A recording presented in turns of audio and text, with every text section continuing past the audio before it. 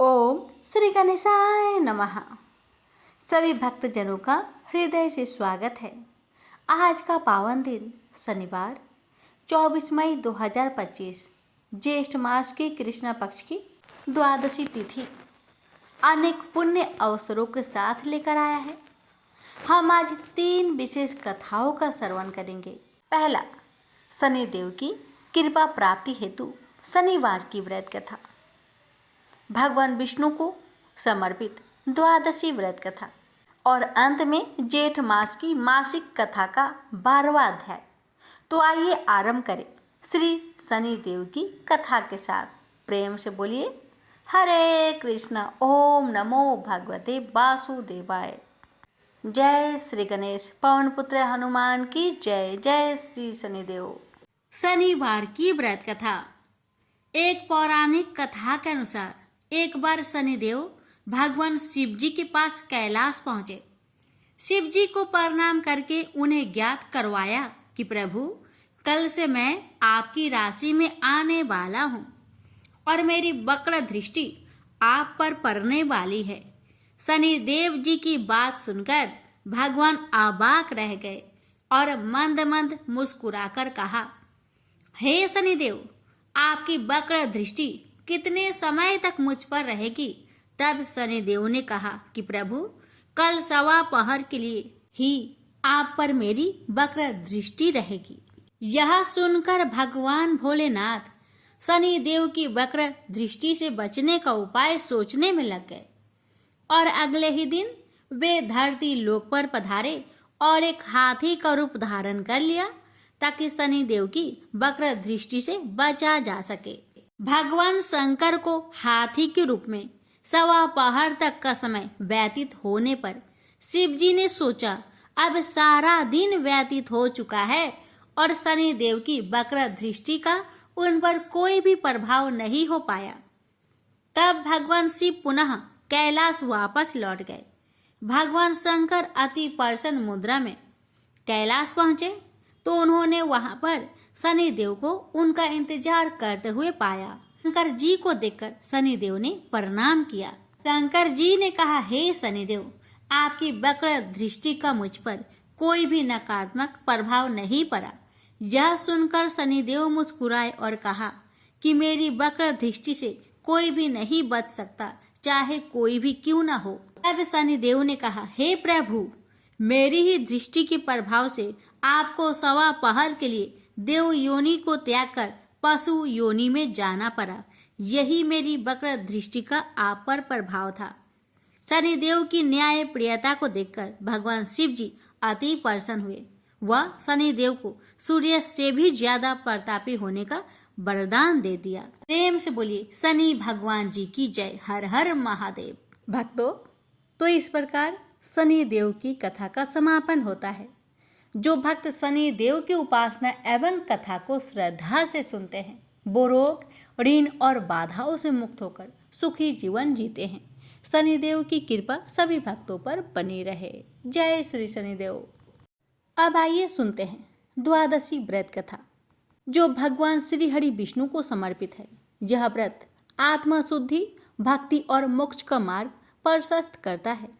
आइए भक्ति भाव से इस पावन कथा को श्रवण करते हैं। प्रेम से बोलिए हरि ओम। राजा अमरीश भगवान श्री हरि के परम भक्त थे। वे पृथ्वी के 7 द्वीप, अचल संपत्ति और अतुल ऐश्वर्य के शासक होने पर भी इन्हें सपने तुल्य समझते थे, क्योंकि वे जानते थे कि जिस धन वैभव के लोभ में पड़कर मनुष्य घोर नरक में जाता है, वह केवल 4 दिन की चांदनी है। राजा अमरीश का भगवान श्री कृष्ण में और उनके प्रेमी साधुओं में परम प्रेम था। उन्होंने अपने मन को श्री कृष्ण के चरणों में, वाणी को भगवान के गुणों का गान करने में, हाथों को श्री हरि के मंदिर मार्जन में और अपने कानों को भगवान की मंगलमयी कथा के श्रवण में लगा रखा था।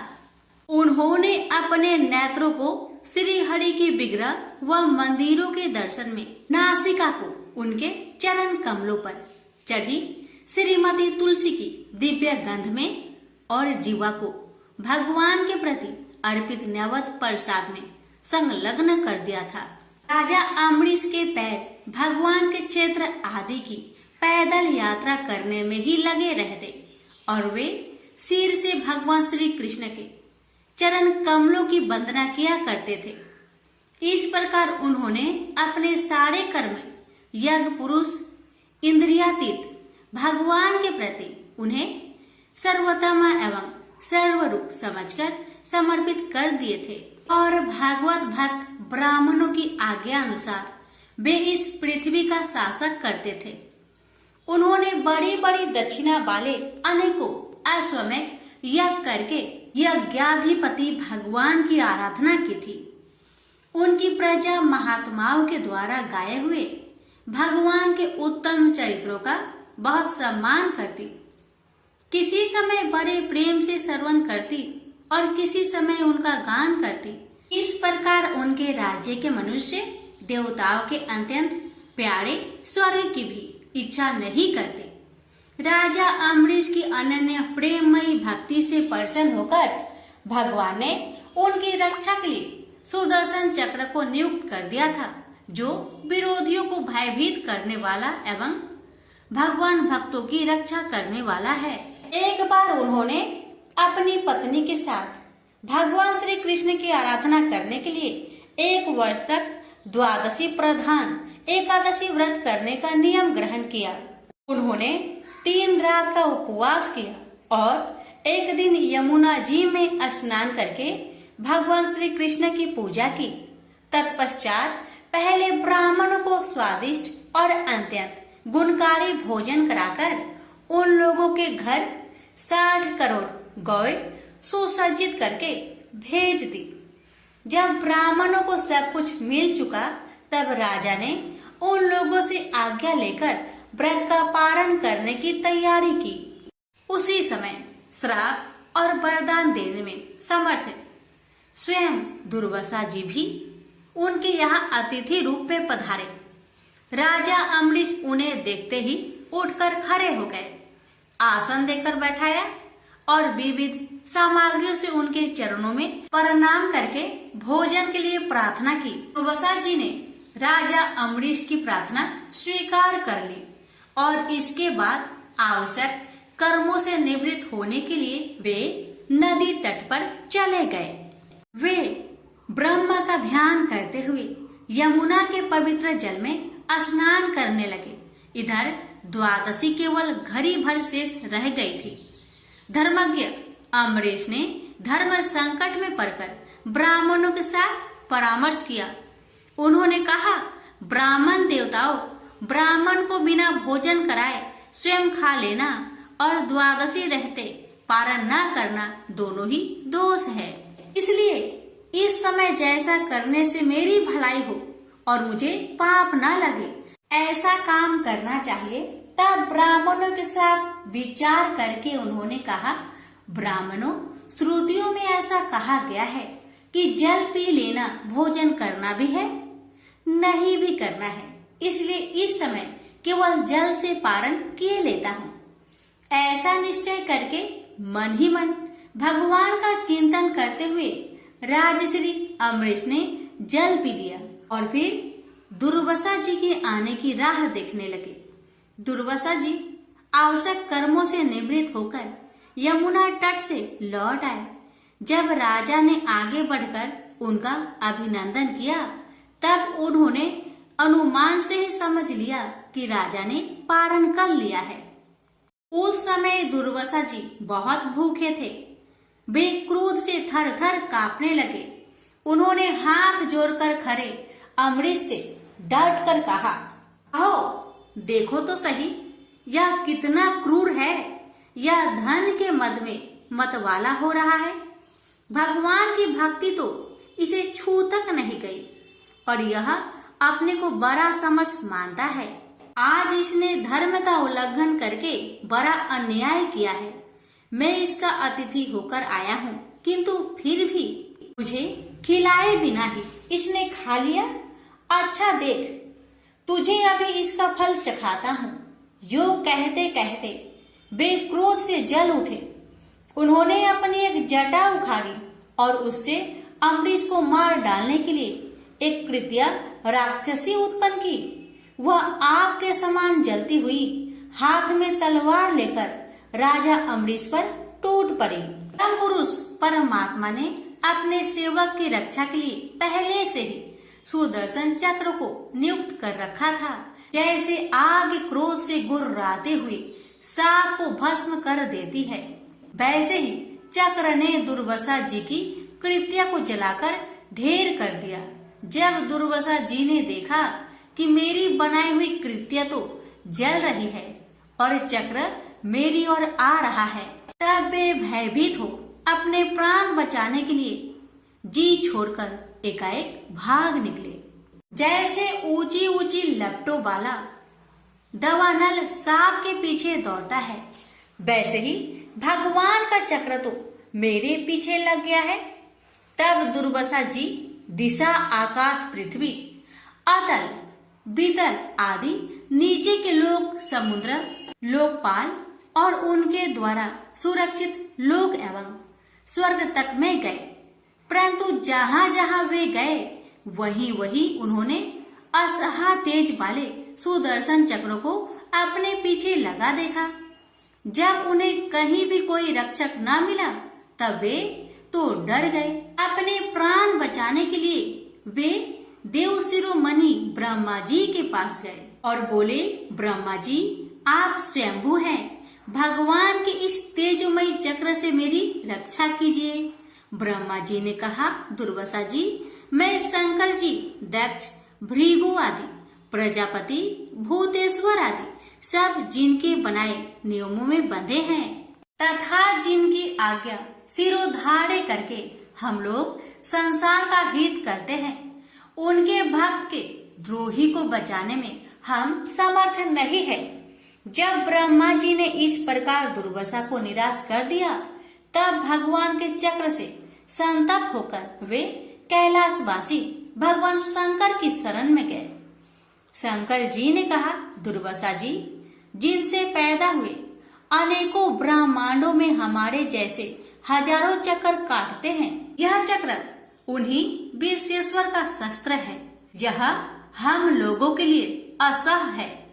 तुम उन्हीं की शरण में जाओ, वे भगवान ही तुम्हारा मंगल करेंगे। निराश होकर दुर्वासा जी श्री हरि भगवान के परम धाम बैकुंठ की तरफ में भागे। दुर्वासा जी भगवान के चक्र की आग से जल रहे थे। वे भगवान के चरणों में गिर पड़े। उन्होंने कहा, हे अच्युत्य, हे अनंत, आप संतों के एकमात्र इच्छित हैं। प्रभु, संपूर्ण जगत के जीवन दाता, मैं अपराधी हूँ, आप मेरी रक्षा कीजिए। आपका परम प्रभाव न जानने के कारण ही मैंने आपके प्यारे भक्त का अपराध किया है। प्रभु, आप मुझे बचाइए। श्री भगवान ने कहा, दुर्वासा जी मैं सर्वथा भक्तों के अधीन हूँ, मुझ में तनिक भी स्वतंत्रता नहीं है। जो भक्त स्त्री, पुत्र, गृह, गुरुजन, प्राण, धन, इहलोक और परलोक सबको छोड़कर केवल मेरी शरण में आ गए हैं, उन्हें छोड़ने का संकल्प भी मैं कैसे कर सकता हूँ। इसमें संदेह नहीं कि ब्राह्मणों के लिए तपस्या और विद्या परम कल्याण के साधन है, परंतु यदि ब्राह्मण उद्दंड और अन्यायी हो जाए तो वे ही दोनों उल्टा फल देने लगते हैं।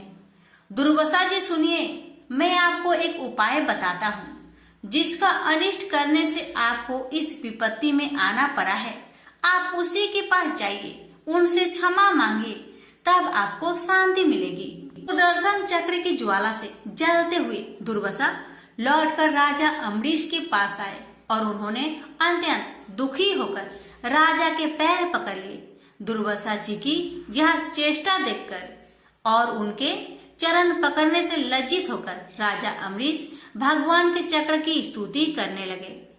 अम्बरीश ने कहा, प्रभु सुदर्शन, आप अग्नि स्वरूप है, भगवान के प्यारे हजार दांत वाले चक्र देवा, मैं आपको नमस्कार करता हूँ।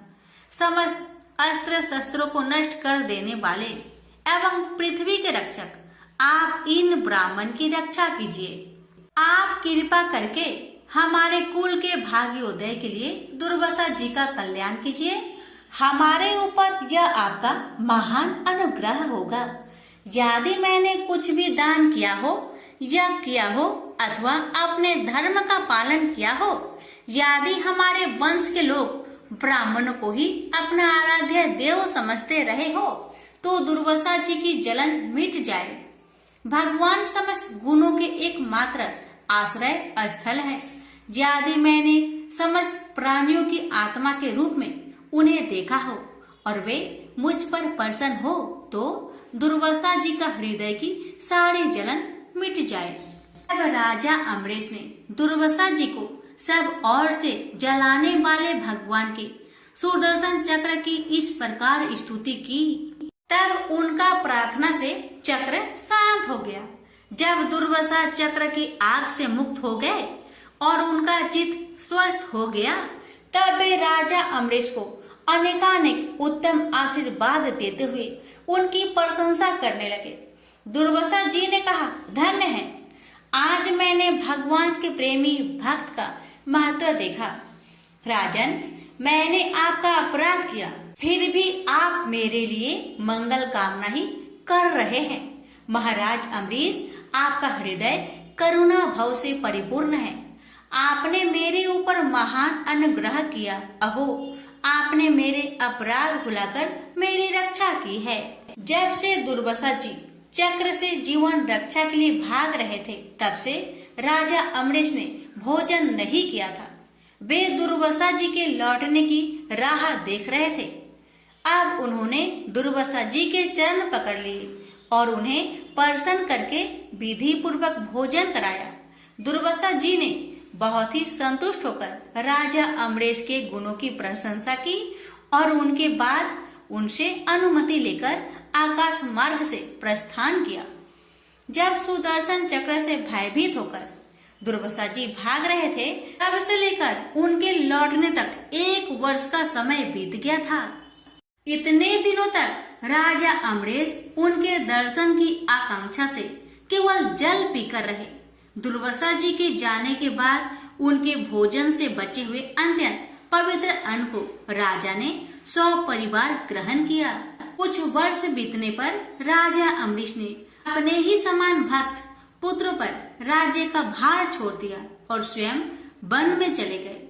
वहां वे बड़ी दृढ़ता के साथ आत्म स्वरूप भगवान में अपना मन लगाकर गुणों के प्रवाह रूपी संसार से मुक्त हो गए। प्रेम से बोलिए लक्ष्मी नारायण की जय। अब आइए भक्तों, हम आरंभ करते हैं जेठ मास की मासिक कथा का 12वां अध्याय। जेठ मास तपस्या, सेवा और धर्म का प्रतीक है। इस मास की कथा जीवन को दिशा और प्रेरणा देती है। श्रद्धा से अध्याय 12वां का श्रवण करें। जय श्री हरि। और फिर अंत में सुनेंगे राम कथा। भक्तों, श्री सूत जी कहते हैं, शौनक जी, देवऋषि नारद के जन्म और साधन की बात सुनकर सत्यवती नंदन भगवान श्री व्यास जी ने उनसे फिर यह प्रश्न किया। व्यास जी ने पूछा, नारद जी, जब आपको ज्ञान उपदेश करने वाले महात्मा गण चले गए, तब आपने क्या किया? उस समय तो आपकी अवस्था बहुत छोटी थी। स्वयंभू आपकी शेष आयु किस प्रकार व्यतीत हुई और मृत्यु के समय आपने किस विधि से अपने शरीर का परित्याग किया? देवर्षि, काल तो सभी वस्तुओं को नष्ट कर देता है। उसने आपकी इस पूर्व कल्प की स्मृति का कैसे नाश नहीं किया? नारद जी ने कहा, मुझे ज्ञान उपदेश करने वाले महात्मागण जब चले गए, तब मैंने इस प्रकार अपना जीवन व्यतीत किया। यद्यपि उस समय मेरी अवस्था बहुत छोटी थी। मैं अपनी माँ का इकलौता लड़का था। एक तो वह स्त्री थी, दूसरे मूढ़ और तीसरे दासी थी। मुझे भी उसके सिवा और कोई सहारा नहीं था। उसने अपने को मेरे स्नेह पास से जकड़ रखा था। वह मेरे योगक्षेम की चिंता तो बहुत करती थी, परंतु पराधीन होने के कारण कुछ कर नहीं पाती थी। जैसे कठपुतली नाचने वाले की इच्छा के अनुसार ही नाचती है, वैसे ही यह सारा संसार ईश्वर के अधीन है। मैं भी अपनी माँ के स्नेह बंधन में बंधकर उस ब्राह्मण बस्ती में ही रहा। मेरी अवस्था केवल 5 वर्ष की थी। मुझे दिशा, देश और काल के संबंध में कुछ भी ज्ञान नहीं था। एक दिन की बात है, मेरी माँ गौ दोहने के लिए रात के समय घर से बाहर निकली। रास्ते में उसके पैर से सांप छू गया। उसने उस बेचारी को डस लिया। उस सांप का क्या दोष, काल की ऐसी ही प्रेरणा थी। मैंने समझा भक्तों का मंगल चाहने वाले भगवान का ये भी एक अनुग्रह ही है। इसके बाद मैं उत्तर दिशा की ओर चल पड़ा। उस और मार्ग में मुझे अनेकों धन धान्य से संपन्न देश, नगर, गांव, अहीरों की चलती फिरती बस्तियां, खाने, खेरे, नदी और पर्वतों के तटवर्ती पाराव, वाटिकाएं, वन, उपवन और रंग बिरंगी धातुओं से युक्त विचित्र पर्वत दिखाई पड़े। कहीं कहीं जंगली वृक्ष थे, जिनकी बड़ी बड़ी शाखाएं हथनियों ने तोड़ डाली थी। शीतल जल से भरे हुए जलाशय थे, जिनमें देवताओं के काम में आने वाले कमल थे। उन पर पक्षी तरह तरह की बोली बोल रहे थे और भौरे मंडरा रहे थे। यह सब देखता हुआ मैं आगे बढ़ा। मैं अकेला ही था। इतना लंबा मार्ग तय करने पर मैंने एक घोर गहन जंगल देखा। उसमें नरकट, बांस, सेठा, कुश, कीचक आदि खड़े थे। उसकी लंबाई चौड़ाई भी बहुत थी और वह सांप, उल्लू, सियार आदि भयंकर जीवों का घर हो रहा था। देखने में बड़ा भयवना लगता था। चलते चलते मेरा शरीर और इंद्रियां शिथिल हो गई। मुझे बड़े जोर की प्यास लगी। भूखा तो था ही। वहाँ एक नदी मिली। उसके कुंड में मैंने स्नान, जलपान और आचमन किया। इससे मेरी थकावट मिट गई। उस बीजन वन में एक पीपल के नीचे आसन लगाकर मैं बैठ गया। उन महात्माओं से जैसा मैंने सुना था, हृदय में रहने वाली परमात्मा के उसी स्वरूप का मैं मन ही मन ध्यान करने लगा।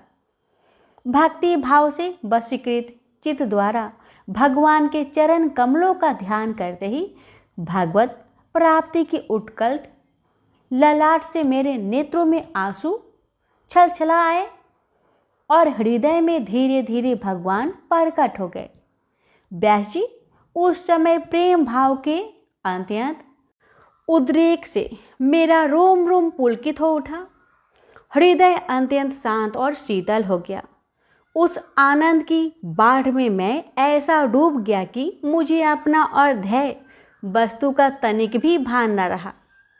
भगवान का वह अनिर्वचनीय रूप समस्त शोकों का नाश करने वाला और मन के लिए अत्यंत लुभावना था। सहसा उसे न देख मैं बहुत ही विकल हो गया और अनमनासा होकर आसन से उठ खड़ा हुआ। मैंने उस स्वरूप का दर्शन फिर करना चाहा, किंतु मन को हृदय में समाहित करके बार बार दर्शन की चेष्टा करने पर भी मैं उसे नहीं देख सका। मैं अतृप्त के समान आतुर हो उठा। इस प्रकार निर्जन वन में मुझे प्रयत्न करते देख स्वयं भगवान ने, जो वाणी के विषय नहीं है, बड़ी गंभीर और मधुर वाणी से मेरे शोक को शांत करते हुए से कहा, खेद है कि इस जन्म में तुम मेरा दर्शन नहीं कर सकोगे। जिनकी वासनाएं पूर्णतया शांत नहीं हो गई है, उन अधकचरी योगियों को मेरा दर्शन अत्यंत दुर्लभ है। निष्पाप बालक, तुम्हारे हृदय में मुझे प्राप्त करने की लालसा जागृत करने के लिए ही मैंने एक बार तुम्हें अपने रूप की झलक दिखाई है। मुझे प्राप्त करने की आकांक्षा से युक्त साधक धीरे धीरे हृदय की संपूर्ण वासनाओं का भली भांति त्याग कर देता है। अल्पकालीन संत सेवा से ही तुम्हारी चित्त वृत्ति मुझ में स्थिर हो गई है। अब तुम इस प्राकृतिक मलिन शरीर को छोड़कर मेरे पार्षद हो जाओगे। मुझे प्राप्त करने का तुम्हारा यह दृढ़ निश्चय कभी किसी प्रकार नहीं छूटेगा। समस्त सृष्टि का प्रलय हो जाने पर भी मेरी कृपा से तुम्हें मेरी स्मृति बनी रहेगी। आकाश के समान अव्यक्त सर्वशक्तिमान महान परमात्मा इतना कहकर चुप हो रहे। उनकी इस कृपा का अनुभव करके मैंने उन श्रेष्ठों से भी श्रेष्ठतर भागवत को सिर झुकाकर प्रणाम किया। तभी से मैं लज्जा संकोच छोड़कर भगवान के अत्यंत रहस्यमय और मंगलमय मधुर नामों और लीलाओं का कीर्तन और स्मरण करने लगा। श्रीपिह और मत्सर मेरे हृदय में पहले ही निवृत्त हो चुके थे। अब मैं आनंद से काल की प्रतीक्षा करता हुआ पृथ्वी पर विचरने लगा। व्यास जी, इस प्रकार भगवान की कृपा से मेरा हृदय शुद्ध हो गया, आसक्ति मिट गई और मैं श्री कृष्ण परायण हो गया।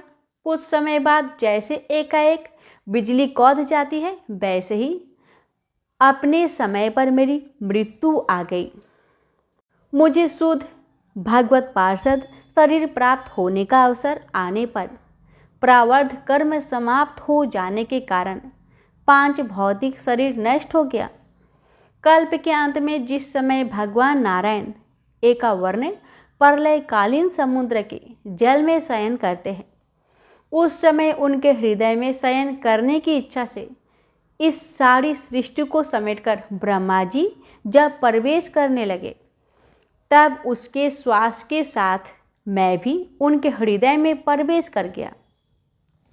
1 सहस्त्र चतुर्युगी बीत जाने पर जब ब्रह्मा जगे और उन्होंने सृष्टि करने की इच्छा की, तब उनकी इंद्रियों से मरीच आदि ऋषियों के साथ मैं भी प्रकट हो गया। तभी से मैं भगवान की कृपा से वैकुंठ में और तीनों लोकों में बाहर और भीतर बिना रोक टोक विचरण किया करता हूँ। मेरे जीवन का व्रत भगवत भजन अखंड रूप से चलता रहता है। भगवान की दी हुई इस स्वर ब्रह्मा से विभूषित बीना पर तान छेड़कर मैं उनकी लीलाओं का गान करता हुआ सारे संसार में विचरता हूँ।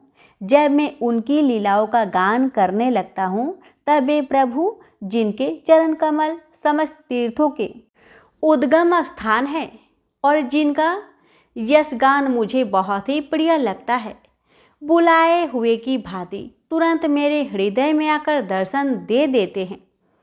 जिन लोगों का चित्त निरंतर विषय भोग की कामना से आतुर हो रहा है, उनके लिए भगवान की लीलाओं का कीर्तन संसार सागर से पार जाने का जहाज है। यह मेरा अपना अनुभव है। काम और लोभ की चोट से बार बार घायल हुआ हृदय श्री कृष्ण सेवा से जैसे प्रत्यक्ष शांति का अनुभव करता है, यम नियम आदि योग मार्गों से वैसी शांति नहीं मिल सकती।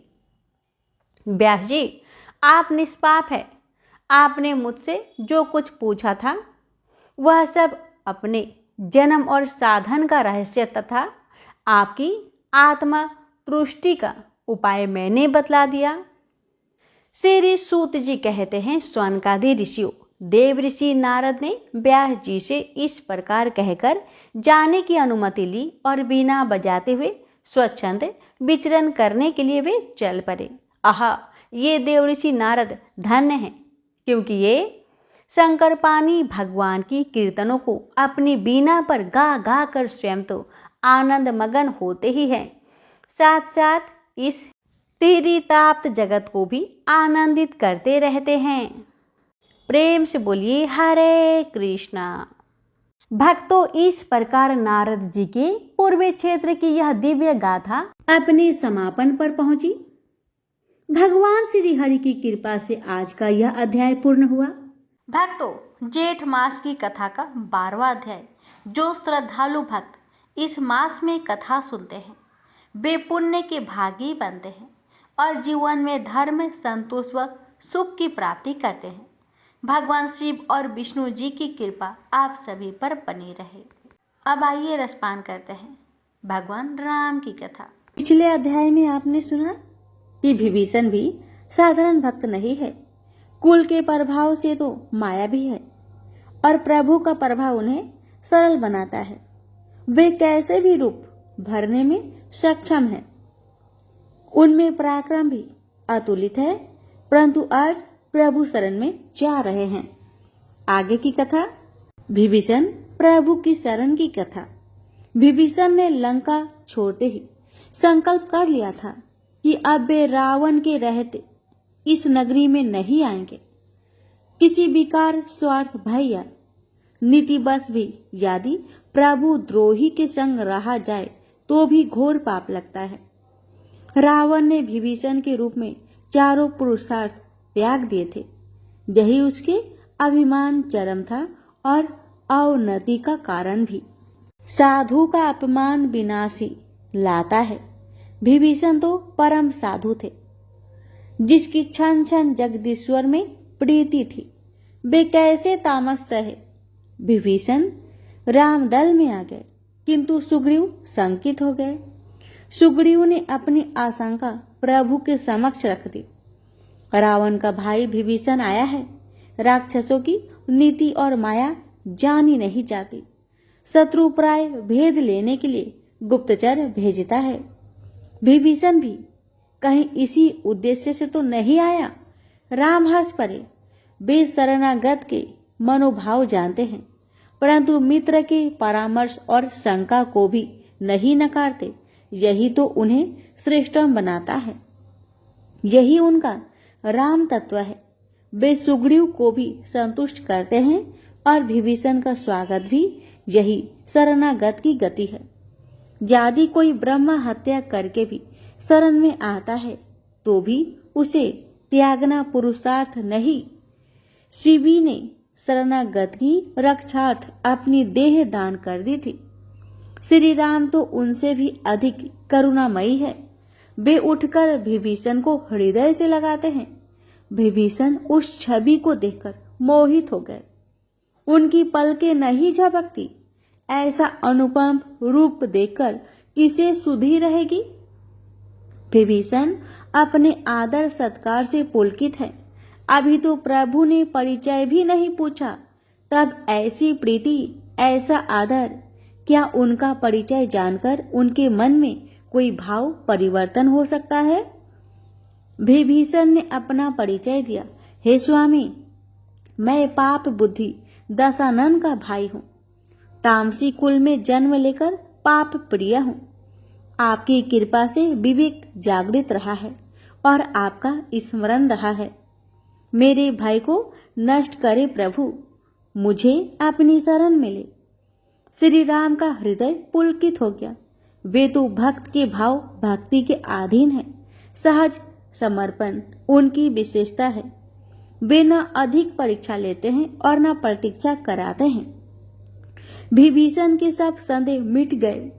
राम की शरण सब भयों का नाश कर देती है। सगुण और साकार उपासना का इससे अच्छा स्वरूप क्या हो सकता था।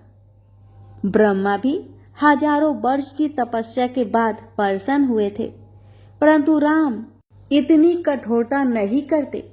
वे विलंब नहीं करते। सहज में मुक्ति और सहज में भक्ति, यही राम का स्वभाव है। वे तत्काल मित्रता को महत्व देते हैं। श्री राम ने हंसकर विभीषण से पूछा, हे राक्षस श्रेष्ठ, हमें लंका पहुंचना है और बीच में यह समुद्र है।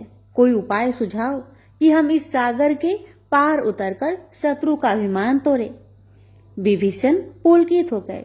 अभी परिचय भी नहीं हुआ और इतना विश्वास, शत्रु के भाई पर इतना विश्वास। बोले, हे नाथ, आपके बाण की सामर्थ्य कौन नहीं जानता। आप चाहे तो एक ही बाण से सातों सागरों सुखा दे। फिर भी नीति कहती है कि पहले समुद्र देव से प्रार्थना की जाए। श्री राम नीति कुशल विभीषण की राय से सहमत हुए। लक्ष्मण यद्यपि सहमत नहीं थे। वे तो बाण द्वारा जल को सोख लेने के पक्ष में थे, परंतु श्री राम के समक्ष असहमति प्रकट भी नहीं कर सकते। श्री राम उनके मनोभाव जान गए। बोले, अनुज तनिक धैर्य रखो। यदि विनय से काम बन जाए तो अच्छा है, अन्यथा यह विकल्प तो हमारे पास ही है। लक्ष्मण ने श्री राम की बात समझकर सहमति में सिर हिलाया। श्री राम समुद्र तट पर कुश का आसन बिछाकर बैठ गए और समुद्र की स्तुति करने लगे। उसी स्थान पर रावण के 2 गुप्तचर वानर रूप में उपस्थित थे, जो रावण ने विभीषण के पीछे भेजे थे। अपना भेष बदलकर उन्होंने सारी बात सुन ली थी और प्रभु श्री राम की प्रशंसा भी करने लगे थे। शत्रु पक्ष के व्यक्ति पर भी ऐसा स्नेह और विश्वास, श्री राम अद्भुत है। शरणागत पर ऐसा स्नेह। वे दोनों प्रभु के गुणगान में इतने भावमग्न हो गए कि अपना सब छल कपट भूल गए। उनकी सब माया जाती रही। वानर दल के बीच 2 भयानक राक्षस राम चर्चा में मग्न थे और उन्हें यहाँ तक भान नहीं था कि उनकी माया लुप्त हो गई और वे वास्तविक रूप में आ गए थे। ये तो उन्हें तब पता चला जब वानरों ने उन्हें चारों ओर से घेर लिया। दोनों घबरा गए। यह कैसा हो गया? उनकी इच्छा के बिना वास्तविक रूप कैसे प्रकट हो गया? और मारो मारो कहकर वानर उन पर टूट पड़े। दोनों त्राहिमाम की पुकार करने लगे। वहां उनकी पुकार कोई ना सुनता था। जब प्रभु से आस लगाई तो बुद्धि काम करने लगी। एक ने तत्काल कहा, जो हमें मारे उसे श्री राम की शपथ। सबके हाथ रुक गए। लक्ष्मण जी ने यह देखा तो उन्हें बड़ी दया आई और दोनों को चुराकर अलग लाए।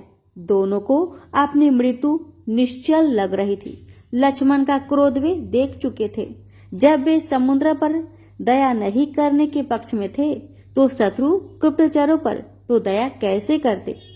परंतु यह क्या, लक्ष्मण ने तो बड़े विनम्र स्वभाव से बात की। भाई तुम लोग चले जाओ, जाकर अपने उस अहंकारी राजा से कहना कि यदि अब भी अपना हित चाहता है तो प्रभु श्री राम के शरण में आ जाए, अन्यथा उसका अंतिम समय आने में बहुत ही कम समय शेष है।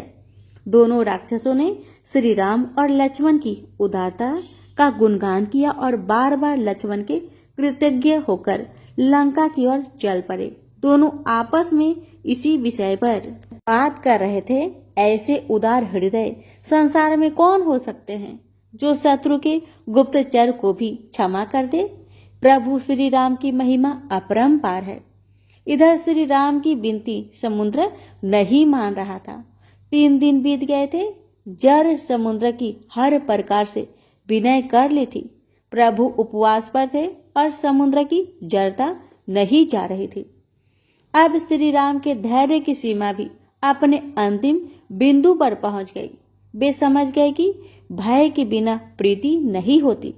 श्री राम के नेत्र खुले तो उनमें रोष था। श्री राम ने लक्ष्मण से कहा, मेरे धनुष बाण लाओ। अब इस अभिमानी और जड़ बुद्धि को मैं बाण के द्वारा जल विहीन करता हूँ। मूर्ख के साथ विनय, कुटिल के साथ प्रेम और कंजूस को सदुपदेश देना व्यर्थ है। जिस प्रकार बंजर भूमि में बीज बोने का कोई अर्थ नहीं होता, उसी प्रकार इस जड़ समुद्र से विनय करने का कोई लाभ नहीं। यह विनय को हमारी असमर्था समझ रहा है। क्रोधित श्री राम ने धनुष पर बाण चढ़ाया और समुद्र में छोड़ने ही वाले थे कि उस अग्नि बाण के प्रचंड ताप से समुद्र के जल जीव व्याकुल हो गए। समुद्र की शांत सतह पर कोलाहल होने लगा। दरियाल घोड़े, बड़ी विशाल मछलियां और मगरमच्छ समुद्र को माथे डाल रहे थे। समुद्र देव भयभीत हो गए। वह ताप अब उन्हें भी असहा हो चला था। कुछ देर और सठता दिखाई तो अस्तित्व भी ना बचेगा। तब वह ब्राह्मण वेश धरकर बिंदा के साथ त्राहिमाम करता हुआ प्रभु के शरणों में आ गिरा और बोला, हे नाथ, हे जगदीश्वर, मुझ जड़ की भूल क्षमा करे, मेरे दोषों को अनदेखा करे। स्वामी, हे दयानिधान, पांचों तत्व स्वभाव से ही जड़ है और यही आपकी प्रेरणा है। आज आपने मेरी जड़ता का अच्छा दंड दिया और ठीक ही दिया, परंतु हे जगत पिता, मेरी मर्यादा भी तो आपकी ही बनाई हुई है। मैं आपके प्रताप से जल रहित हो जाता हूँ तो मेरी मर्यादा भंग होगी और ये तो आपका ही उल्लंघन हुआ। हे देवाधिदेव, अब आप जैसा कहे मैं वैसा करूं, मुझे आज्ञा दीजिए। करुणा निधान श्री राम समुद्र की विनती सुनकर द्रवित हो गए। दया उनकी प्रकृति है। उस पर भी समुद्र का कथन नीति युक्त था। उनके अग्निबाण से समुद्र सूख जाता, मार्ग बन जाता, सेना पार उतर जाती, परंतु यह श्री राम के मनुज रूप के लिए उचित न होगा कि उन्होंने अपनी प्रभुताई दिखाकर समुद्र को नत किया।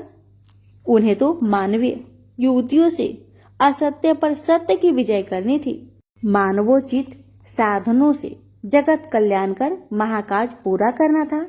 उन्होंने समुद्र देव का धन्यवाद किया जो इतनी महत्वपूर्ण बात उन्हें समझा दी। अब उन्होंने समुद्र से कोई उपाय पूछा। हे तात, अब आप ही कोई युक्ति बताए जिससे हमारी वानर सेना पार उतर जाए और हम उस अहंकारी रावण का अभिमान चूर चूर कर सके। हे सर्वव्यापी परमेश्वर, आपकी महिमा अपरंपार है। ऐसा कौन सा उपाय है जो आप नहीं जानते, फिर भी आप मुझ तुच्छ को श्रेय दे रहे हैं? ऐसा है, श्री राम प्रेरणा करते हैं और श्रेय देते हैं। समुद्र देव ने बताया कि बानर सेना ने नल और नील नामक दो बानर बंधु है। उन्होंने बचपन में ही एक ऋषि से श्राप बस वरदान पाया था कि उनके स्पर्श करने पर भारी से भारी पदार्थ भी जल में तैरने लगेगा। आप उन्हें आदेश करें तो वह जल के ऊपर सेतु का निर्माण कर देंगे। मैं भी अपनी क्षमता के अनुसार सहायता करूंगा। आपकी कृपा से कार्य सफल हो जाएगा और अंत काल तक प्रभु का सुयश रहेगा। श्री राम ने समुद्र देव को विदा किया और नल और नील को पास बुलाकर उनके कौतुकपूर्ण हाथों को स्पर्श करके बड़ी प्रशंसा करने लगे। नल नील सकुचा रहे थे।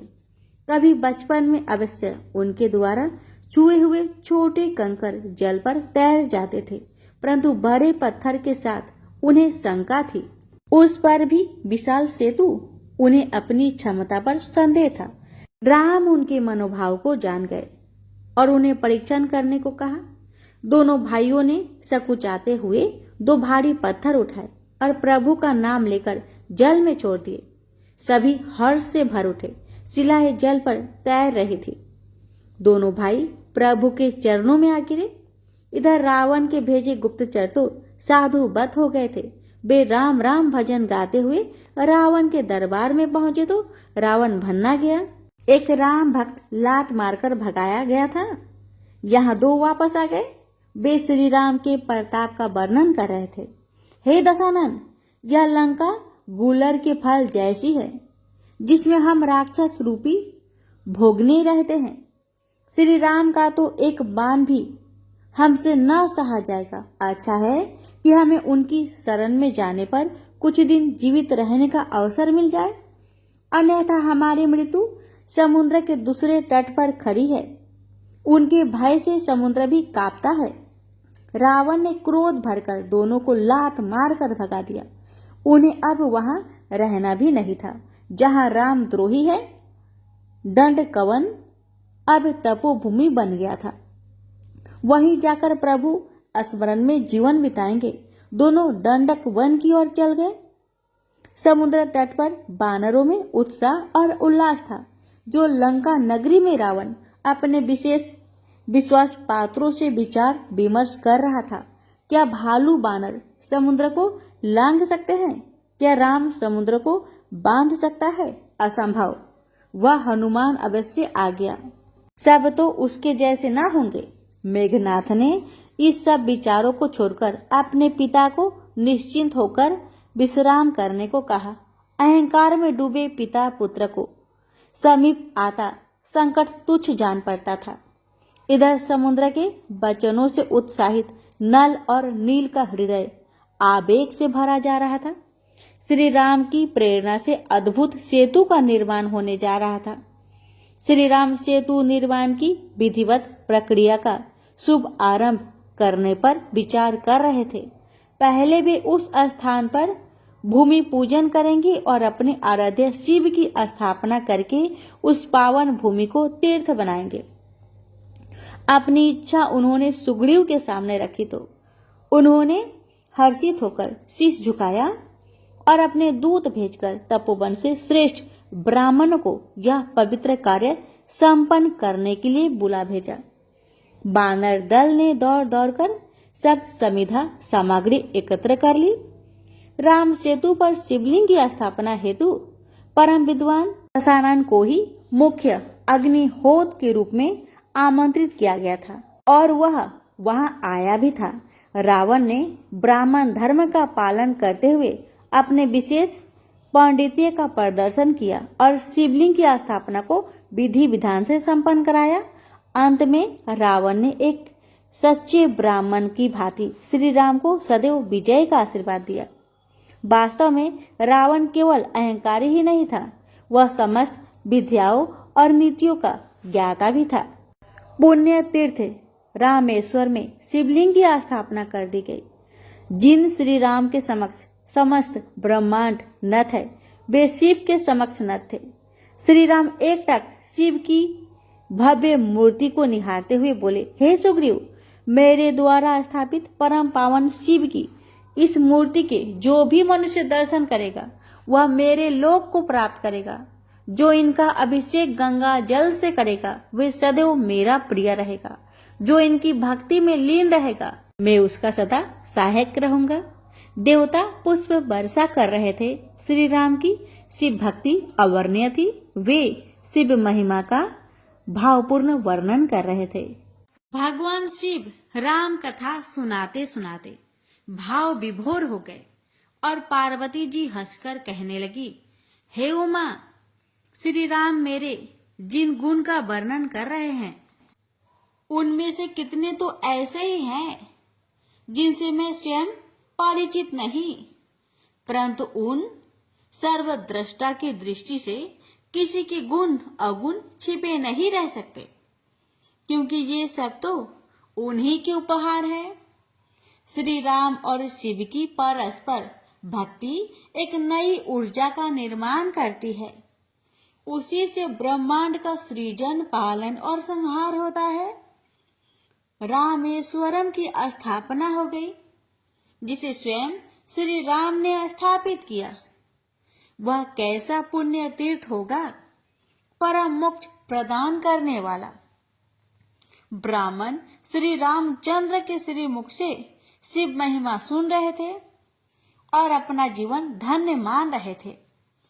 शिव जी माता पार्वती को राम कथा सुनाने में भाव विहल हो रहे थे। उनका राम प्रेम इतना विस्तारित था कि उन्हें वक्ता होते हुए भी स्वयं में श्रोता की अनुभूति हो रही थी। पार्वती इस प्रेम को समझती थी। राम स्नेही का यही भव्य रूप है। वे कथा को आगे बढ़ा रहे थे। हे पार्वती, सच्चिदानंद श्री भगवान का तूनीर बड़ा अमोघ है। क्षण, निमेष, परमाणु, वर्ष, युग और कल्प इसके बाण है और स्वयं काल इनका धनुष है। फिर भी रावण अपने अभिमान को नहीं त्यागता। ऐसे नहीं है कि वह श्री राम की प्रभुताई नहीं जानता, परंतु मानता नहीं। उसकी हठ ऐसे छोटे बालक की तरह है जो चंद्रमा को हाथ से छूकर ही विश्वास करना चाहता है कि वह चंद्रमा है। इसे उसका शोध कह सकते हैं। जो रावण को समीप से जानते हैं उनकी समझ में उसके हठ का रहस्य गूढ़ है। इसे प्रकट करने से राम के सुयश पर प्रभाव पड़ता है। शिव से अधिक कौन जानता है रावण के विषय में? प्रसंग और प्रश्न उठते हैं तो अधिक दुविधा होती है। इसलिए परिपाटी का पालन करना उचित और स्वाभाविक है। श्री राम ने समुद्र देव का परामर्श स्वीकार ही नहीं किया, अपितु उसका परीक्षण भी कर लिया है। देवता ही जानते हैं कि उन्होंने नल नील का हाथ स्पर्श करके उन्हें पत्थर को जल पर तैरने के श्राप या वरदान को चट्टानों पर्वतों की सीमा में बदल दिया। प्रभु करुणा सागर है, वे श्रेय नहीं लेते। बानर दल अब उत्साह से भरा है। अब श्री राम की आज्ञा की देर है। जामवंत ने प्रभु से विनय की, हे प्रभु, यद्यपि इस भाव में आपसे श्रेष्ठ, आपके नाम से सुंदर सेतु कौन है जो जीव को तत्क्षण पार उतार देता है? अतः अब उस सेतु का भी निर्माण ही कर लिया जाए जो हम सबको शत्रु के सम्मुख पहुंचा सके और हम अपना बल परख सके। श्री राम ने भी विलंब करना उचित न समझा। उन्होंने नीति के अनुसार सुग्रीव से चर्चा करके तत्काल कार्य आरंभ करने की विनय की। सुग्रीव ने राम आज्ञा को शिरोधार्य करते हुए बानर समाज को एकत्रित किया और कार्य समझाया। बानर दल तो बस आज्ञा का इच्छुक था। नल और नील मुख्य शिल्पी की भूमिका में आ गए। आज उनका जीवन सार्थक हो गया। प्रभु श्री राम के कार्य में सहयोग करने से उसका महत्व बढ़ गया। एकमात्र वही उस कठिन कार्य के लिए नियुक्त हुए। बानर दल ने समीप के पर्वत को चुन लिया है। दल बन गए। चट्टानों को तोड़ने वाला दल अलग है। उन्हें उठाकर नल नील के पास ले जाने वाला दल अलग है। श्रृंखला बना ली गई। नल नील पत्थर पर राम लिखते हैं। यह एक पंथ दो काज है। पत्थर का स्पर्श भी हो जाता है और प्रभु राम का स्मरण भी रहता है। नल नील के स्पर्श किए गए पत्थरों को क्रम और ढंग से लगाने वाला दल अलग है।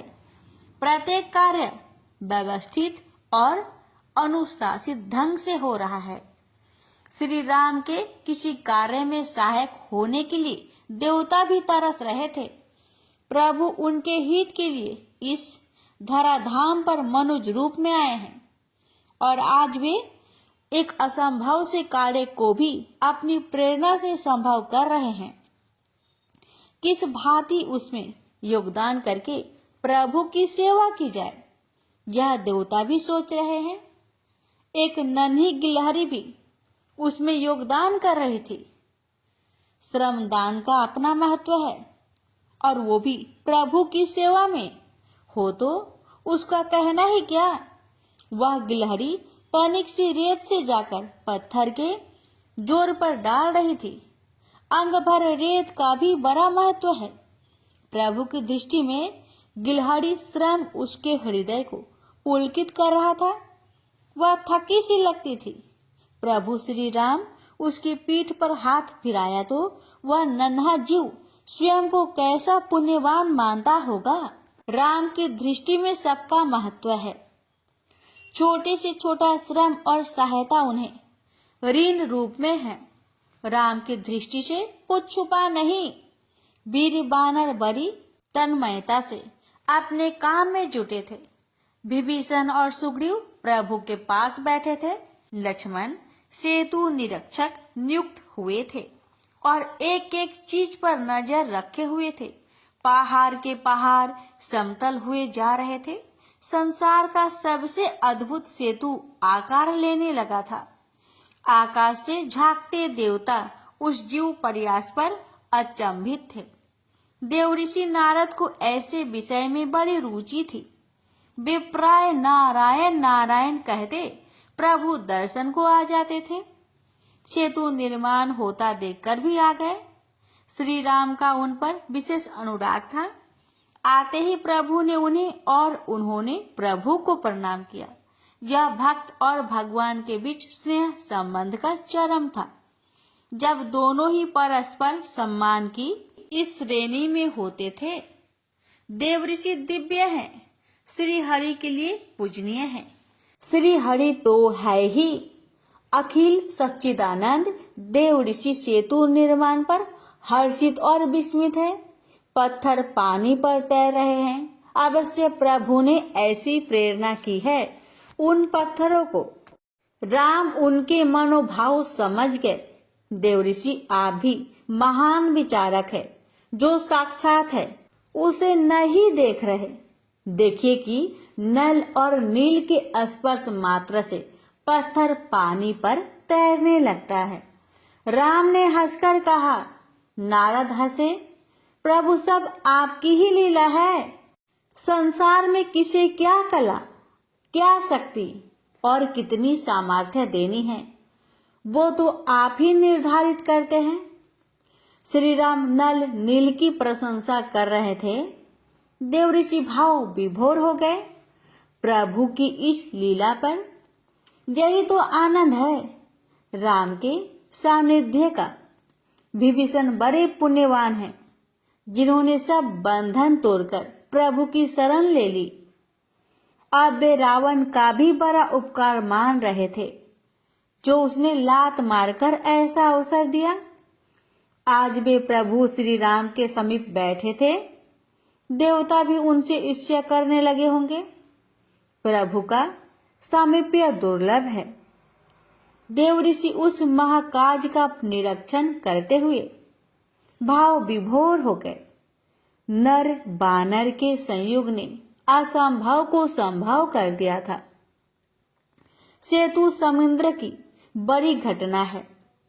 जब जब रावण अपने परकोटे से उसे समीपतर आते देखता, तब तब वह चिंतित हो जाता। उसकी दृष्टि दूरदर्शिका यंत्र के दर्पण पर चिपकी रह जाती। सेतु का विस्तार नित ऐसे लंका की ओर बढ़ा आ रहा था, मानो चक्रवात चला आता हो। मंदोदरी भी अपने पति के साथ एक दो बार उस दर्पण में सेतु निर्माण का कार्य देख चुकी थी। उसे आश्चर्य नहीं होता, क्योंकि वह राम की सामर्थ्य और महिमा का वर्णन सीता के मुख से इतनी बार सुन चुकी थी कि अब उसे सहज विश्वास हो गया है कि राम सब कर सकते हैं। उसे तो अपनी पति के व्यवहार पर आश्चर्य होता है, जो चेहरे पर चिंता के भाव तक नहीं आने देता। रावण का अभिमान इस स्तर पर था कि उसे अपने सामने खड़ा संकट भी नजर नहीं आता है। आता भी हो तो वह उसे गौण मानता है। वह उस असंभव से संभव हो रहे सेतु निर्माण को देखकर अपना एक अलग दृष्टिकोण रखता था। आहा, मेरे रक्षक योद्धाओं के लिए भरपेट आहार स्वयं चलकर आ रहा है। नर्म और ताजा मांस तो हमारे योद्धाओं को बहुत प्रिय है। वह तपस्वी राम कितना मूर्ख है, जो प्रचंड अग्नि के पास सूखी घास ला रहा है। मंदोदरी, तू देख रही है कि स्त्री मोह ने राम को कैसी बुद्धि फेर दी है, जो वह मृत्यु की ओर जाने वाले मार्ग का निर्माण खुद ही कर रहा है। वह अपने साथ इन बानर भुजाओं को भी ला रहा है। यह उसके अभिमान का चरम था। मंदोदरी की समझ में नहीं आता कि वह उसे क्या प्रतिक्रिया दे। वह श्री राम के प्रताप और सामर्थ्य को देखकर भी अनदेखा कर रहा था। रावण को किसी का परामर्श सुहाता ही नहीं, परंतु मंदोदरी अपना और रावण का ही नहीं, अपने कुल का हित समझती थी। वह जानती थी कि रावण अप्रसन्न हो जाएगा, परंतु उसे समझाना वह अपना पत्नी धर्म समझती थी। अतः बोली, हे स्वामी, आप अभिमान के बस में हैं और सत्य को स्वीकार नहीं कर रहे हैं। सत्य यह है कि जब आशा के विपरीत कार्य होने लगे तो संकट को समीप समझकर सचेत हो जाना चाहिए। पहले ये कहते थे कि राम कभी जान भी न पाएगा कि सीता को कौन ले गया। जान भी गया, अज्ञात लंका की खोज न कर सकेगा। वो भी कर पाया, तो यहाँ आने का साधन क्या करेगा? आपकी आंखों के समक्ष ही वह सब हो रहा है जो आपने सोचा भी न था। कहते थे कि दो तपस्वी कैसे क्या बिगाड़ लेंगे। बानर समूह तो आकाश में तारागणों की भांति अग्निय है। यह आहार दल नहीं है नाथ, यह संहार दल है। यह श्री राम के प्रकोप की बानर आपदा है और नर बानर का यह गठबंधन ब्रह्मा के वरदान के अनुसार ही हुआ है। रावण मंदोदरी की उपदेशों पर भन्ना गया और उसे दुक्कारने फटकारने लगा। वह अपने अभिमान में इतना निर्जल हो गया कि पत्नी के नेत्रों में अपने कुकृत्यों के लिए उत्पन्न हेयता को भी नहीं समझना चाहता। उसने मंदोदरी को मूर्ख स्त्री कहकर उपेक्षित किया। उसके अभिमान को तो उसके जैसे ही अभिमानी पोषण देते हैं। रावण के सभी पुत्र पौत्र उसी की भांति अभिमानी थे। सब के सब अवगुण की खान थे और रावण उनके अवगुणों को राक्षसोचित गुण मानता था। तामसी शरीर पाया तो उसी के अनुसार व्यवहार भी करेंगे। सेतु निर्माण पर कोई चिंतित नहीं। कठिन शत्रु सामने आ रहा हो तो साधारण जीव भी अपने बचाव के उपाय करता है, परंतु रावण और उसके पुत्र का अभिमान तो सेमरू पर्वत से भी ऊंचा था। उन्हें तो उस समय भी कोई चिंता ना हुई जब उन्होंने सेतु और दीप को परस्पर जुड़ते देखा। वे अभिमान भरी बातें ही करते थे। कोई कहता कि कई सहस्त्र बानर को तो मैं एक बार में भक्षण कर जाऊंगा और हजारों को अपने पैरों से चींटी की भांति मसल दूंगा। रावण उनकी बातों पर अट्ठास करता था। श्री राम हर्षित थे। नल नील ने संरचना, आकृति और वास्तु का अद्भुत सेतु बनाया था। सेतु मजबूत भी था। उसकी परख बानर दल की धमा चौकड़ी से ही हो रही थी। 400 योजन लंबे सेतु का निर्माण कल्पना से बाहर है, परंतु जब श्री राम की कृपा है तो वही यथार्थ है। श्री राम सेतु पर चढ़कर समुद्र का विस्तार देख रहे थे, अतः जल राशि पृथ्वी लोक का भव्यतम दृश्य। श्री राम सेतु पर आ गए। ऐसा जल जीवों को पता चल गया तो उनके दर्शन के लिए जल से बाहर आ रहे थे। आज वे छोटे जीव बड़े जलचरों के सामने निर्भय होकर गुजर रहे थे, जो सामान्यतः उन्हें देखते ही खा जाते थे, परंतु आज श्री राम ने उन्हें साधुता दी है। आज वह दिव्य दर्शन हो रहा था जो उन जैसे कीटों के लिए तो नितांत असंभव था। किसी जन्म के पुण्य आरे आ गए थे जो यह क्षण मिल गया, अन्यथा उस अथाह जल में ही कितनी योनियों में भटकते रहते। श्री राम का ऐसा उद्घोष किया कि 10 दिशाएं गूंज उठी। श्री राम और लक्ष्मण सबसे आगे चल रहे थे। उनके पीछे हनुमान, सुग्रीव, जामवंत व विभीषण थे। फिर युवराज अंगद के नेतृत्व में श्री राम की अनगिनता सेना थी। उनका जय घोष सुनकर लंका के महल में बैठी मंदोदरी घबरा गई। वह उठकर परकोटे पर गई और यंत्र से सेतु की ओर देखा तो घबराकर पीछे हट गई। यह क्या है जो टिड्डी दल जैसा लंका की ओर बढ़ा चला रहा है? अब विनाश निश्चित था। मंदोदरी ने यंत्र से श्री राम को देख लिया और क्षण भर तो सब विषाद भूल गई। आहा, कैसी सुंदर झांकी है। श्याम और गौर्ण वर्ण के वे पीताम्बरधारी धनुष बाण लिए चले आ रहे थे। फिर वह विचलित हो गई। वह महल में आई और दासी को बुलाकर शीघ्र ही रावण को महल में बुलाया। वह वहां आया तो मंदोदरी ने उसका हाथ पकड़कर सजल नेत्रों से उसे देखा। रावण की त्योरी चढ़ गई। यह क्रिया चरित्र उसे नहीं सुहाता। किस कारण उसे बुलाया है वह नहीं जानता था। मंदोदरी ने हाथ जोड़कर विनय की, हे स्वामी, मैंने अभी एक जय घोष सुना है। आपने भी अवश्य सुना होगा। उस घोष ने मुझे कंपित कर दिया। मैंने परकोटे पर जाकर सेतु की ओर देखा। हे नाथ, श्री राम की अनगिनत सेना लंका की ओर बढ़ी चली आ रही है। हे राक्षस राज, बैर सदा उससे करना चाहिए जिसे बुद्धि और बल से जीता जा सकता हो। श्री राम की बुद्धि और बल का प्रमाण बार बार मिल रहा है। कोई मनुष्य कितना भी सामर्थ्यवान क्यों ना हो, परंतु ऐसे कौतुक नहीं कर सकता जो श्री राम ने किए हैं। सुबाहु, तारका और खर दूषण का वध साधारण मनुष्य तो नहीं कर सकता। निश्चय ही श्री राम मनुष्य रूप में ईश्वर है। उनका मनुज रूप आपको भ्रम दे रहा है, अन्यथा तो वे ही श्री हरि है, जिन्होंने वराह रूप में हिरण्याक्ष, नरसिंह रूप में हिरण्यकशिपु और वामन रूप में बलि का पराभव किया था। हे ब्रह्मांड के नियंता, काल, कर्म और जीव उनके ही हाथ में है, अतः उनसे वैर ना करके कुल की रक्षा कीजिए। श्री राम बड़े दयालु हैं, शरणागत पर उनकी प्रीति रहती है। वे स्वयं चलकर आए हैं।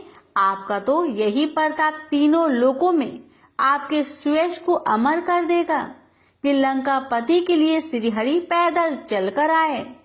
अब हठ त्याग कर उनका स्वागत और दर्शन करे। रावण क्रोध के मारे खड़ा हो गया। मूर्ख स्त्री प्रलाप किए जा रही है। किसे भय दिखा रही है? रावण को। इस जगत में मेरे समान दूसरा कोई योद्धा नहीं है।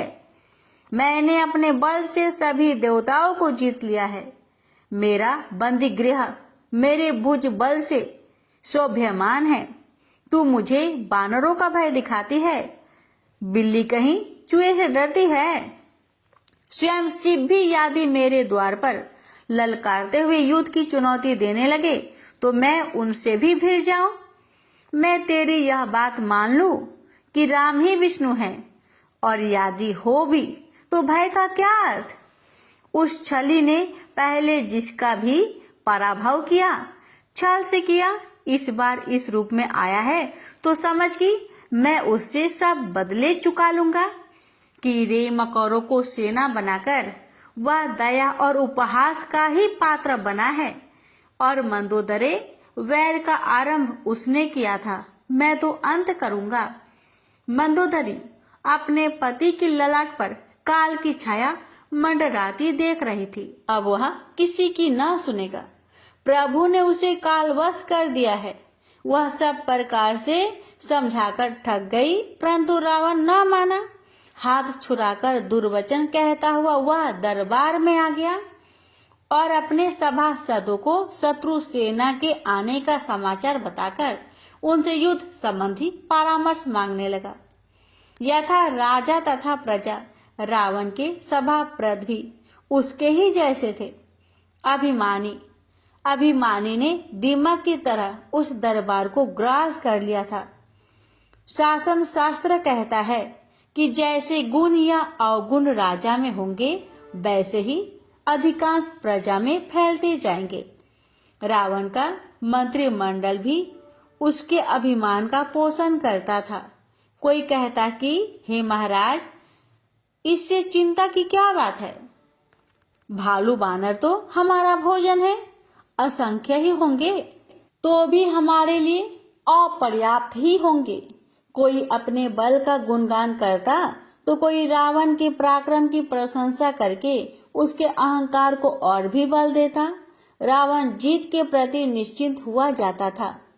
प्रभु की प्रेरणा से रावण के पुत्र परहस्त का विवेक जागृत हो गया। उसने पिता के समक्ष अपने विचार रखे। हे तात, किसी भी साम्राज्य की स्थिरता उसके सभासदों से होती है, जो राजा को समय अनुकूल राय देता है। हमारे सभासद तो चापलूसी में प्रवीण हैं, जो अपनी बड़ाई खुद कर लेते हैं। शत्रु का बल जाने बिना विजय का उत्सव मना लेते हैं। ये सब के सब आपको गलत राय दे रहे हैं। उन्हें पूछिए कि यदि बानर इनका आहार है तो अभी कुछ दिन पहले हनुमान नाम के एक ही बानर ने जो उत्पात किया था, तब इनमें से किसी ने उसे पकड़कर क्यों न खा लिया। जब एक बानर के सामने इनका बल और भूख दोनों मंद पड़ गए तो श्री राम की सेना में तो ऐसे असंख्य बानर हैं। हे पिताश्री, उचित यही है कि दूत के द्वारा श्री राम के पास चंद ही प्रस्ताव भेजकर उनसे मित्रता की जाए और इस महाविनाश को टाला जाए। यदि राम संधि प्रस्ताव स्वीकार नहीं करते तो फिर हमें वीरों की भांति उनसे रण करना चाहिए। एक और विभीषण, रावण के मन में बड़ा क्षोभ हुआ। कल तक यही परहस्त मदिरा के प्रभाव में राम लक्ष्मण सहित समूची बानर सेना को अकेला ही भक्षण कर लेने की बात करता था। आज इसे क्या हुआ? आज यह ऐसा भयभीत कैसे? मूर्ख रावण नहीं जानता कि प्रभु श्री राम विभिन्न माध्यमों से उसे चेतावनी दे रहे थे। सब उसकी सोच के विपरीत हो रहा था, फिर भी वह नहीं मान रहा। उसने परहस्त को क्रोध भरी दृष्टि से देखा और धिक्कारा। मूर्खे, ऐसी सलाह तुझे किसने सिखाई? लगता है अपनी माता और स्त्री के भयभीत होने से तू भी भयभीत हो गया। स्त्रियां तो स्वभाव से ही भय मानती है। मूर्ख, तुझे भी भय लगने लगा तो तू भी कायर होकर कहीं छुप जा। यही उस तपस्वी की शरण में जाने का विचार कर रहा है तो बता, मैं तुझे यमराज की शरण में भेज देता हूँ। परहस्त मौन खड़ा सुनता रहा। रावण दरबार छोड़कर चला गया और अपने विशेष रंग महल में पहुंचा, जहां पहुंचते ही वह पूर्ण चिंता मुक्त हो जाता था।